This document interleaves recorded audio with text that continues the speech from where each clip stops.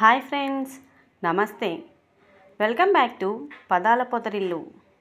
నా కథలు, నా కవితలు. ప్రణయ సంగమం 30వ భాగం. మళ్ళీ ఏమై ఉంటుంది? ఈసారి ఆ విధవని కనిపెట్టేశారా ఏంటి? అది చెప్పడానికే మీట్ అవ్వాలి అంటున్నారా అని ఇద్దరు మాట్లాడుకుని, ఏమోలే రమ్మన్నారుగా, వెళ్తే విషయం ఏంటన్నది తెలుస్తుంది అనుకుంటూ ఎవరి క్లాస్కి వాళ్ళు వెళ్ళిపోతారు.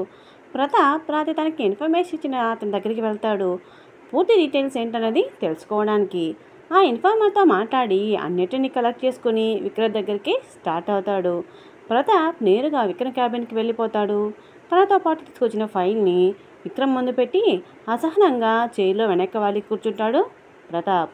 సడన్గా లోపలికి వచ్చిన ప్రతాప్ని చూసి, త్వరగా వచ్చినట్టున్నావు అని నవ్వుతూ అడుగుతాడు విక్రమ్.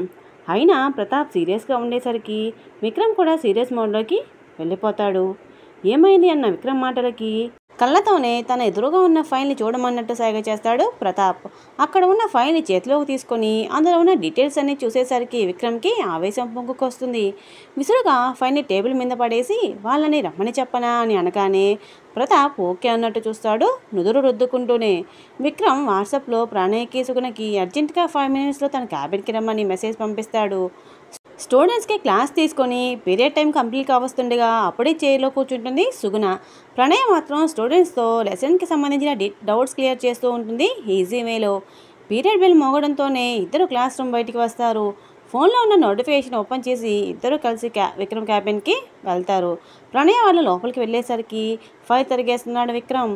ప్రణయ్ వాళ్ళని చూసి కూర్చో అన్నట్టు కళ్ళతోనే సైగ చేస్తాడు. విక్రమ్ కళ్ళతో ప్రణయ్ కళ్ళు కనెక్ట్ అవ్వగానే గుండెలై తప్పుతుంది ప్రణయ్కి. అయినా అది బయట పడనీయక సైలెంట్గా వెళ్ళి చైర్స్లో కూర్చుంటుంది సుగుణతో సహా. సుగుణ వాళ్ళు రావడం గమనించిన ప్రతాప్ చిన్నగా గొంతు సరి చేసుకొని మాట్లాడడం మొదలుపెట్టాడు. ఇప్పటి వరకు ఏదైతే జరిగిందో అది ఎవరు చేశారు అనేది ఏమైనా ఐడియా ఉందా అని సుగుణ వాళ్ళని చూస్తూ అడుగుతాడు ప్రతాప్.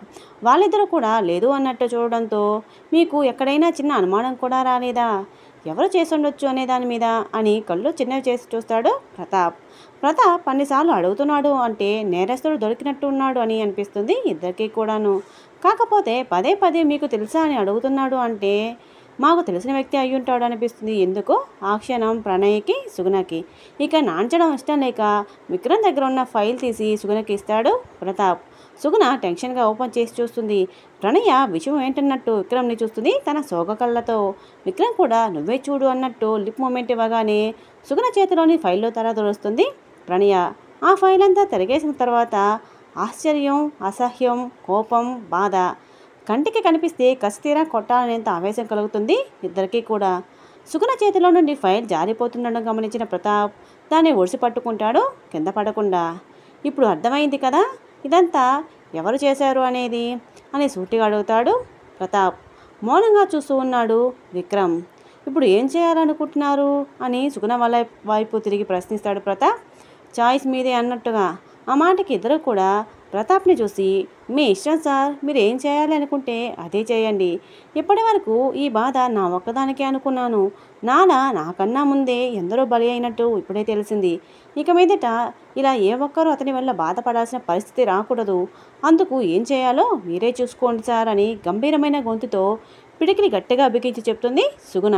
సుగుణ కోపాన్ని చూస్తున్న అక్కడ ఉన్న వాళ్ళు తాను ఎంతగా బాధపడి ఉంటే ఇలా మాట్లాడుతుంది అనేది అర్థం చేసుకోగా ప్రణయ సుగుణని వెనుక నుండి గట్టిగా హగ్ చేసుకుంటుంది. విక్రమ్, ప్రతాప్ వాళ్ళని చూస్తూ ఉండిపోతారు. కాసేపటికి సుగుణ తేరుకోగానే, సార్ అతన్ని అరెస్ట్ చేయొచ్చుగా సార్ అని అడుగుతుంది ప్రణయ. చేయొచ్చు మేడం, కానీ సుగుణ మేడంకి ఏ నెంబర్తో అయితే కాల్స్, వీడియోస్ సెండ్ చేశాడో ఆ నెంబర్ ఇప్పుడు వర్క్ చేయట్లేదు. అతని లాస్ట్ సీన్ కూడా సిటీ అవుట్కట్స్ ఏరియాలో చూపిస్తుంది. అక్కడ సిటీలో లాగా సీసీ కెమెరాస్ ఉండవుగా అని ప్రతాప్ చెప్పగానే, అయితే అతన్ని పట్టుకోలేరా సార్ అంటూ ప్రతాప్ దగ్గరికి వస్తుంది సుగుణ కళ్ళలో ఎరుపు చీరలతో.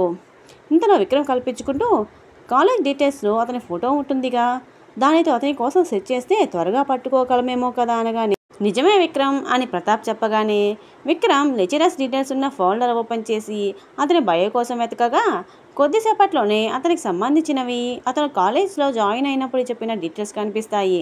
ప్రతాప్ కొంచెం ముందుకు వచ్చి విక్రమ్ సిస్టంలో అతని ఫోటోతో పాటు అతగానే డీటెయిల్స్ చూసి, ఇన్ఫర్మా ఇచ్చిన డీటెయిల్స్ని ఇక్కడ ఉన్న వాటిని సరిచేసి చూస్తాడు. రెండింటిలో చాలా తేడాలు ఉండడంతో విక్రమ్కి ఇన్ఫామ్ చేస్తాడు. చూడు అన్నట్టు విక్రమ్ రెండింటిని చూసి ప్రతాప్ని చూస్తూ, ఇలా ఎలా జరిగింది, ఇంత ఈజీగా ఎలా మోసం చేయగలిగాడు, అసలు డాడీ ఇతనికి జాబ్ ఎలా ఇచ్చారు ఇంత పెద్ద కాలేజీలోని పైకి అంటాడు. అసహనంగా వస్తున్న కోపాన్ని కంట్రోల్ చేసుకోవడానికి ట్రై చేస్తూ, మంచి వాళ్ళకన్నా ముంచే వాళ్ళకే ఐడియాలు భలే వస్తాయి విక్రమ్, ఇందులో అంతగా ఆలోచించడానికి ఏం లేదు అని అతని భుజం మీద చేతిని వేస్తాడు ప్రతాప్. అమ్మాయిల జీవితాలతో ఆడుకుని ఒక మోసగాడిని పెంచి పోషించినట్టు అయ్యింది.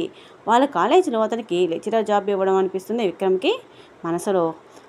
ఇదంతా సరే, నేను చెప్పినట్టు అతని అటెండెన్స్ చూసావా, ఈ ఇన్సిడెంట్స్ జరిగిన తర్వాత వాడు కాలేజీకి సరిగ్గా వచ్చాడా లేదా అని ప్రతాప్ విక్రమ్కి పురమాయించిన వర్క్ గురించి అడుగుతాడు. విక్రమ్ ఇంటి దగ్గర స్టార్ట్ కాకముందు ఫోన్ చేసి చెప్పడంతో రాగానే అదే పని మీద విక్రమ్, లేదు అతను సరిగా రావడం లేదు, ఇప్పుడే కాదు డాడ్ ఉన్నప్పుడు కూడా సరిగా వచ్చిన దాఖలాలు లేవు అని అప్పటివి ఇప్పటివి అతని బయోమెట్రిక్ అటెండెన్స్ చూపిస్తాడు ప్రతాప్కి విక్రమ్. ఇదంతా చూస్తున్న ప్రతాప్కి ఎందుకో ఒక అనుమానం మెదడులో తొలుస్తుంది. వెంటనే ప్రణయ్ వైపు తిరిగి, మీరు ఎప్పుడైనా మీ కాలేజీలో అమ్మాయిలు ఏదైనా ప్రాబ్లమ్స్తో బాధపడడం చూసారా, అది ఏ గ్రూప్ వాళ్ళైనా అని అడుగుతాడు. ఒక లెక్చరర్గా స్టడీస్ని అడ్డు పెట్టుకొని కామపు కోరికతో ఉన్న అలాంటి వాడు స్టూడెంట్స్ని లొంగ తీసుకోవడానికి ఎక్కువ టైం పట్టదనేది ప్రతాప్ అనుమానం. నయానో భయానో వాళ్ళని ఇబ్బంది పెట్టుంటాడని అతని ఆలోచన. ప్రతాప్ అడిగిన ప్రశ్నకి విక్రమ్తో పాటు ప్రణయ్కి సుగుణకి కూడా ఆశ్చర్యం ఆందోళన రెండు ఒకేసారిగా వారి మొహాల్లో ప్రస్ఫుటంగా కనిపిస్తాయి. లేదు సార్, నేనైతే అలా ఎవరిని అబ్జర్వ్ చేయలేదు, నేను చేయలేదు అని కాదు, అలా ఎవరూ లేరు అంటున్నాను నాకు తెలిసినంత వరకు, కానీ తెలియకుండా ఎవరైనా ఉన్నారేమో, నాకైతే తెలియదు అని చెప్పి సుగుణాన్ని చూస్తుంది ప్రణయ. నువ్వు కానీ చూసావా ఏంటి అన్నట్టు. ప్రణయ మాటలను బట్టి నేను కూడా అలా ఎవరిని చూడలేదు సార్ అని సుగుణ కూడా చెప్తుంది. వాళ్ళిద్దరి మాటలను బట్టి వాడు కాలేజ్ స్టూడెంట్స్తో పిచ్చి వేషాలు వేయలేదని అర్థమవుతుంది విక్రమ్కి. అయితే ప్రతాప్ అడిగిన ప్రశ్నకి ప్రణయ సుగుణం నుండి ఎలాంటి సమాధానం వినాల్సి వస్తుందో అని తన తండ్రి ఎంతో ఇష్టంగా ప్రౌడ్గా ఫీల్ అవుతూ రన్ చేస్తున్న కాలేజీలో ఆ కాలేజ్ లెక్చరర్ స్టూడెంట్స్తో తప్పుగా బిహేవ్ చేసినట్టు ఆయనకి తెలిసినా ఈ విషయం బయటికి పొక్కినా పరిస్థితులు చేయి దాటిపోతాయి. ఇప్పటికే తండ్రి అనారోగ్య కారణంగానే విక్రమ్ ఇప్పుడు ఈ కాలేజ్కి చైర్మన్గా వ్యవహరిస్తుండడం మొత్తం గుర్తుకొచ్చేసరికి అతనికి తెలియకుండానే హార్ట్ బీట్ రైజ్ అయ్యి పక్కకి తుల్లినట్టు అవుతాడు. తండ్రికి ఏమైనా అవుతుందేమో అనే ఆలోచన రావడంతో విక్రమ్ని ఓరకంట గమనిస్తున్న ప్రణయ ఫాస్ట్గా మూవ్ అయ్యి విక్రమ్ని పట్టుకుంటుంది గట్టిగా, అతనికి సపోర్ట్ ఇస్తూ. ప్రణయ ఫాస్ట్ మూవ్కి సుగుణ ప్రతాప్ ఏమైనట్టు చూసేసరికి ప్రణయ విక్రమ్కి అతి దగ్గరగా ఉండడంతో విషయం చూచాయిగా అర్థం చేసుకొని, ఏంటి విక్రమ్ దీనికి అలా అయిపోతే ఎలా అన్న ప్రతాప్ మాటలకి అతన్ని చూస్తూ, లేదు ప్రతాప్, ఇదంతా డాడ్కి తెలిస్తే ఆయన ఎలా రియాక్ట్ అవుతారో, ఇంకా దాని పర్యావనాసనంగా ఆయన హెల్త్ ఎలాంటి స్టెప్ తీసుకుంటుందని భయం వేస్తుందిరా అని చెప్పగానే ఎప్పుడు గంభీరంగా ఎలాంటి సిచ్యువేషన్ అయినా హ్యాండిల్ చేయగలిగా ఉండే విక్రమ్ ఇప్పుడు తండ్రి ఆరోగ్యం దగ్గరికి వచ్చేసరికి సగటు కొడుకులా మారి ఆందోళన చెందడం అక్కడి వాళ్ళని ఆశ్చర్యానికి గురి చేస్తుంది. ప్రణయ తనకు తెలియకుండానే విక్రమ్ వెన్ను నిమురుతూ ఉంటుంది చిన్నగా. ప్రణయ్ చేతి స్పర్శకి అటు చూసిన విక్రమ్కి మరేం పర్వాలేదన్నట్టు తెలియని భరోసానిస్తుంది ప్రణయ తన సాంగత్యాన్ని ఆసరాగా ఇస్తూ. ప్రణయనే ఆరాధనగా చూస్తూ ఉండిపోతాడు విక్రమ్. కిచెన్లో వంట చేయడం పూర్తి కావడంతో హాల్లోకి వస్తుంది విక్రమ్ తల్లి. మార్నింగ్ నుండి ఎటువంటి అలికిడి లేని కావ్య ఏం చేస్తుందో ఏంటో అనుకుంటూ కావ్య రూమ్కి వెళ్తుంది. తనని పట్టించుకోకుండా అతని పేరెంట్స్ చెప్పినా వినకుండా ఫ్రెండ్ని కలవాలి అని వెళ్ళిపోయిన విక్రమ్ మీద కోపంతో అలిగి తినకుండా వచ్చి డోర్ లాక్ చేసుకుని పడుకుండిపోతుంది కావ్య పాప. పాపం కదా. శ్యామల గారు కావ్య రూమ్ దగ్గరికి వచ్చి చూడగా డోర్ లాక్ చేసినట్టు కనిపించడంతో చిన్నగా నిట్టూరుస్తూ డోర్ని నాక్ చేస్తారు చిన్నగా. 2-3 సార్లు పిలిచినా లోపల నుండి ఎలాంటి రెస్పాన్స్ రాకపోవడంతో డోర్ని దబదబా బాధేస్తారు కంగారులో. మార్నింగ్ నుండి లేటుగా లేచే అలవాటు ఉన్న కావ్య ఇవాళ విక్రమ్తో కలిసి కాలేజ్కి వెళ్ళడానికని త్వరగా అలారం పెట్టుకుని మరీ లేవడంతో, పైగా విక్రమ్ తనని తనతో పాటు తీసుకెళ్లలేదని కోపంతో సగం ఆకలితో లోపలికి వచ్చిన కావ్య బెడ్పై వాలిపోయి గాఢ నిద్రలోకి జారుకుంటుంది. కావ్య డోర్ ఓపెన్ చేయకపోయేసరికి భయంతో కింద ఉన్న భర్తను పిలుస్తుంది శ్యామల. ఏమైందో ఏమో అని పైకి వస్తారు విజయ్ భార్య పిలుపులకి. విషయం చెప్పడంతో డోర్ని గట్టిగా తోస్తారు ఆయన. మంచి నిద్రలో ఉన్న కావ్య పాపకి కలలో ఎవరో తనని పిలుస్తున్నట్టు పదే పదే వినిపించడంతో మత్తుగా కన్నులు తెరుస్తుంది. ఇంకా వినిపిస్తున్న పిలుపులకి నిద్రమత్తు సగం ఎగిరిపోగా డోర్ వైపు బద్ధకంగా అడుగులు వేస్తుంది సగం నిద్రమత్తులోనే. డోర్ బయట ఉన్న వాళ్ళకి చెమటలతో తడిచిపోతుంది బాడీ మొత్తం. ఈ పిల్ల ఏదైనా చేసుకుందేమో, ఒక్కగానొక్క ఆడపిల్ల, ఆడపడుచు కూతురు, తనకేమైనా అయితే వాళ్ళని వాళ్ళు ఈ జన్మకి క్షమించుకోలేరు. శ్యామల గారికి కూతురు లేకపోయినా మేనకోడల్ని సొంత కూతురులా చూసుకునేవారు కావ్యని. ఇక లాభం లేదు అనుకుని విక్రమ్కి కాల్ చేయబోయేంతలో సడన్గా తెచ్చుకున్న డోర్ని చూస్తారు ఇద్దరు భయం నిండిన కళ్ళతో సంతోషంగా. కావ్య వస్తున్న ఆవులింతలను ఆపుకుంటూ, ఎవరది నా నిద్రని డిస్టర్బ్ చేస్తున్నారంటూ బద్ధకంగా బయటకు వచ్చి చూడగానే ఎదురుగా కళ్ళల్లో ఆందోళన కొట్టొచ్చినట్టు కనిపిస్తూ తననే చూస్తున్న మేనమామ విజయ్, మేనత్త శ్యామలను చూసి, ఏమైందత్తా ఇక్కడేం చేస్తున్నారంటూ మళ్ళీ లోపలికి నడుస్తుంది నిద్రపోవడానికి అన్నట్టు.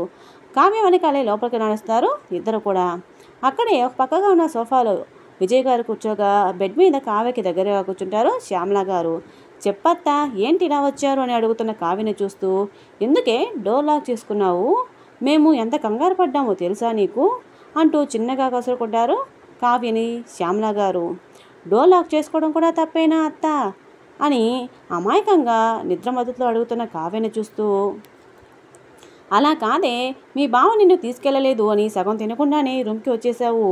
అప్పుడు వచ్చిన దానివి ఇప్పటి వరకు కిందకి రాకపోయేసరికి నేనే వచ్చాను ఇక్కడికి. ఇక్కడ చూస్తే తమరు డోర్ లాక్ చేసుకుని కుంభకర్ణుడికి మునిమనవరాల్లా నిద్రపోతున్నావు. మేము ఎంత కంగారు పడ్డామో నీకేం తెలుసు అంటూ ఆప్యాయంగా దగ్గరకు తీసుకుంటారు కావ్యని. ఓహో, అంటే నేనేమైనా చేసుకుని చచ్చిపోతానేమో అనుకున్నారా మీరు అని నవ్వుతుంది కావ్య. కావ్య నోటి నుండి ఆ మాట రాగానే తన చేత్తో కావ్య నోటి మోసేస్తుంది శ్యామల. కావ్య అంటూ కోపంగా అరుస్తారు విజయ్ గారు. ఎప్పుడూ నవ్వుతూ నవ్విస్తూ తన అల్లరి భరించే తన మేనమామ ఇవాళ ఇలా సీరియస్గా కావ్య అని తన మీద మొదటిసారిగా కోపడడంతో బిక్కమొహం వేస్తుంది కావ్య పాప. భర్త కోపాన్ని చూస్తున్న శ్యామల కావ్యని వదిలి భర్త దగ్గరికి వచ్చి, మీరు ఆవేశపడకండి అంటూ ఆయన్ని శాంతపరుస్తుంది. వెంటనే బెడ్ మీద నుండి లేచి వాళ్ళ మామయ్య దగ్గరికి వస్తుంది కావ్య. ఆయన హెల్త్ కండిషన్ గుర్తుకు రావడంతో, మామయ్య మీరు స్ట్రెస్ తీసుకోకండి అంటూ ఆయన చేతిని తీసుకొని, ఇప్పుడు ఎందుకు మామయ్య ఇలా ఆవేశపడుతున్నారని అడుగుతుంది అచ్చం చిన్నపిల్లల ఆయన పాదాల దగ్గర కూర్చుని. కావ్యనే చూస్తూ ఆమె తల మీద ఆయన చేతిని ఉంచి, ఇంకెప్పుడు చచ్చిపోతాననే మాట నీ నోట నానెమ్మకురా అని బాధగా చెప్తారు విజయ్ గారు. హో, అందుక నేనేదో తమాషా కన్నాను మామయ్య, మీరు సీరియస్గా తీసుకోకుండానే నవ్వేస్తుంది కావ్య. కావ్య నవ్వు ఎవరినో గుర్తు చేస్తుంటే ఆ నవ్వుని తన కళ్ళలో నింపుకుంటున్నారు ఆయన. భర్త పరిస్థితిని అర్థం చేసుకున్న శ్యామల గారు అక్కడి వాతావరణాన్ని తేలిక చేయడానికి అన్నట్టు, మీ ఇద్దరు ఇలాగే మాట్లాడుకుంటూ కూర్చుంటారా? లంచ్ తినడానికి వచ్చేది ఏమైనా ఉందా అని నడుమ మీద చేతులు పట్టుకొని సీరియస్గా చూస్తూ నటిస్తారు. అది అర్థమైన విజయ్ గారు, రా బేబీ మనం వెళ్ళిపోదాం, ఇంకాస్త లేట్ చేస్తే మీ అత్త మనల్ని ఇక్కడే కట్టేసి కొట్టేలా ఉందని సోఫాలో నుండి పైకి లేస్తారు. అలా అయినా కావ్య మార్నింగ్ జరిగింది మర్చిపోయి ఇప్పుడైనా తింటుంది అని. వాళ్ళిద్దరూ రూమ్ బయటికి రాగా తమని అనుసరించని కావ్యని గమనించి, రా కావ్య లంచ్ చేద్దు అని అన్న అత్త మాటలకి, నాకొద్దత్త, నాకు తినాలని లేదు, మీరెళ్ళి తినేయండి అనేసి బెడ్ మీద వాళ్ళంతలో, ఓయ్ ఏంటి అలా అంటావు, ఆకలి ఎందుకు ఉండదు చెప్పు, నువ్వు మార్నింగ్ కూడా సరిగా టిఫిన్ తినలేదు, ఇప్పుడేమో ఆకలి లేదు అంటున్నావు అని శ్యామల గారు అనగానే, అంతా తమరి పొత్తరత్నం మూలంగానే అత్త అని మూతి 3 వంకలు తిప్పుతుంది కావ్య నిష్ఠూరంగా. చెప్పాడుగా కావ్య తను బిజీగా ఉన్నాడని, కుదిరినప్పుడు నేను కాలేజీకి తీసుకెళ్తానని చెప్పాడుగా అని అనగానే, అది ఎప్పుడు జరుగుతుందత్తా అని అడుగుతుంది కావ్య పాప. కావ్య మాటలకి బాగా ఆలోచించి, సరే మనం వెళ్దామా బయటికి అనగానే, ఎక్కడికత్తా అని కావ్య అడుగుతుంది. నువ్వే చెప్పు ఎక్కడికి వెళ్దామని అడుగుతుంది శ్యామల. అలా అయినా కావ్య తన మూడ్ని మార్చుకుంటుందేమో అనే ఆలోచనతో సినిమా, షాపింగ్, ఐస్ క్రీమ్ అని వరుసగా చెప్పకపోతున్న కావ్యకి బ్రేకులు వేస్తూ, ఇప్పుడు ఇవన్నీ కుదరవు కానీ ఏదైనా 2 చెప్పు అని చూస్తారు ఆవిడ. సరే అయితే లంచ్కి రెస్టారెంట్కి వెళ్దాం, నెక్స్ట్ ఐస్ క్రీమ్, లాస్ట్లో షాపింగ్, ఎలా ఉందత్తా ప్లాన్ అని ఎగ్జైటింగ్గా అడుగుతుంది మెరిసే కళ్ళతో. కావ్య చెప్పిన లిస్టుకి భర్త వైపు చూస్తారు ఆవిడ. మేనకోడలి సంతోషం కోసం మరేం పర్లేదు మీరు వెళ్ళిరండి అన్నట్టు ఆయన చూడడంతో, సరే కావ్య మీ మామయ్యకి లంచ్ పెట్టేసి మనం స్టార్ట్ అవుదామని చెప్పగానే ఎగిరి గంతులేసినంత పని చేస్తుంది కావ్య ఎగ్జైటింగ్గా. షాపింగ్ చేయడం అంటే తనకున్న పిచ్చి వలన. సరే నువ్వు రెడీ అయ్యి కిందకి రా, నేను ఈలోగా మీ మామయ్యకి లంచ్ పెడతాను అని వాళ్ళిద్దరూ కిందకి వచ్చేస్తారు. కావ్య రెడీ అయ్యి వచ్చేలోపు లంచ్ కంప్లీట్ చేసుకుని వాళ్ళ రూమ్లో పడుకుని ఉంటారు విజయ్ గారు. హాల్లో ఎవరు కనిపించకపోవడంతో వాళ్ళ రూమ్కి వెళ్తుంది కావ్య. అప్పటికే శ్యామల గారు రెడీ అయి ఉండడంతో ఆమెను చుట్టేసి ఇక వెళ్దామా అత్త అని అడుగుతుంది. భర్తకి 1,00,000 జాగ్రత్తలు చెప్పి ఇంటి నుండి స్టార్ట్ అవుతారు కావ్యతో పాటుగా శ్యామల గారు. ముందుగా కావ్య చెప్పిన రెస్టారెంట్కి వెళ్ళి లంచ్ కానిచ్చి ఐస్ క్రీమ్ బాగా లాగించి తిన్నగా షాపింగ్ మాల్కి చేరుకుంటారు ఇద్దరు. ప్రణయ సంగమం కొనసాగుతుంది. Subscribe please. ఇదిగో ఇదే ఇవాల్టి కథ. మీకు ఎలా అనిపించింది? నచ్చిందా? అయితే వెంటనే లైక్ చేయండి. మీ అభిప్రాయాన్ని కామెంట్లో చెప్పండి. ఇంకా మన పదాల పొదళ్ళు ఛానల్ని ఇప్పటి వరకు సబ్స్క్రైబ్ చేయకపోతే వెంటనే ఒక క్లిక్తో చేసేయండి. మీ ఫ్రెండ్స్తో షేర్ చేయండి. మన కథలు మన మాటల్లో విస్తరించాలి కదా. మరొక ఎపిసోడ్లో కొత్త భావాలతో మళ్ళీ కలుసుకుందాం. బాయ్.